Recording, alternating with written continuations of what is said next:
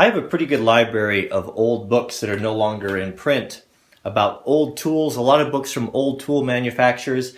And one thing that I really like about those is oftentimes they have a lot of tips for carpenters.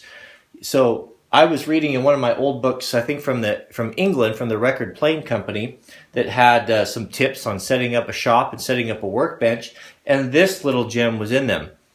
One thing that I was really kind of concerned about when I built this bench was not having a machinist vise in here, because a machinist vise is so handy for so many different things. And this is the little vise that I have used for years and years on all of my axe handles and such, and I was reluctant to give it up, but I don't want a vise like this mounted on top of my workbench because it would be a hindrance and would always be in the way.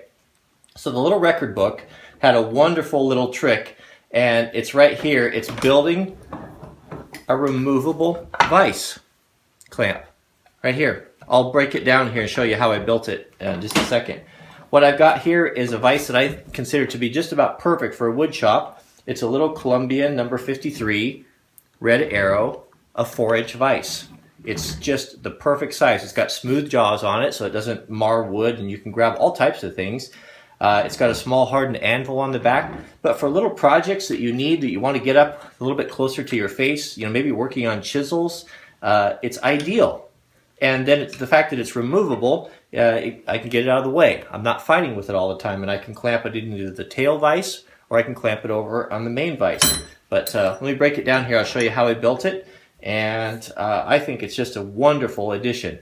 To build, I just use some leftovers from the carpenter's bench, just some 2x material, planed the edges down square, did a dado in there, so that will give it increased strength. That sits in there like that. I did this all by hand, all with my chisels and mortar saw. I put a couple of oak dowels that run down in there about 3 inches to give it additional strength. I used a red fir.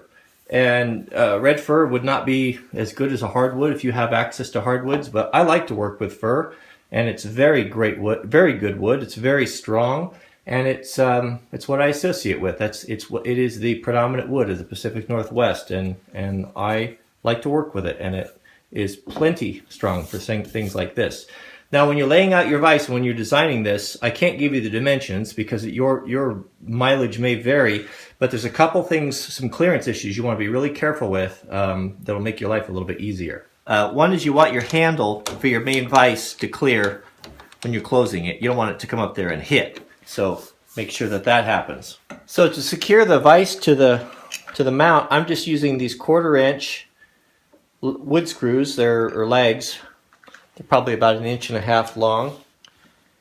You could bolt all the way through if you want, but I've tested this and it's really strong for this little vise. This is the perfect type of thing to pick up at a garage sale or a flea market or wherever. Look for these old American vises. There's a lot of brands like the Columbia here. I don't know if they still make them or not. They might. But Wilton, of course, those are always good. But any of those old vises from England or from America are really great quality, and you can get them for just a little bit of nothing. Always look for those things. You just can't go wrong with buying one. The other clearance issue you want is where you want to take care of is where you mount the vise on the bracket itself.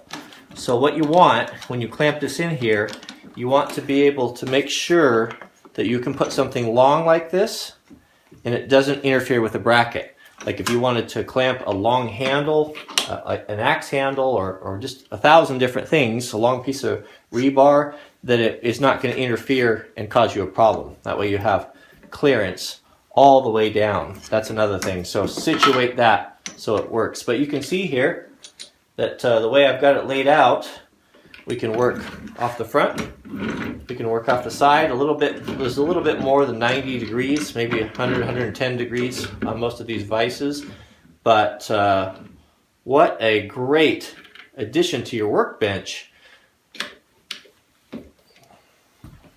As far as strength goes, I'm not going to say that this is going to be a replacement for a proper machinist vise, mounted securely on a metal bench like I have in my metal shop. But for all the little tasks, sharpening axes, where you just need that vise and to have a secure area that you can pound on. It's very secure because it's right over the post. It's just invaluable. I think that I'll probably use it in the tail vise. I'll use this most likely more than I'll use the tail vise. But it's very strong. Even on the fur there, you know, I can move the whole table with it. It's not going anywhere. It's good. It's just good. No downside.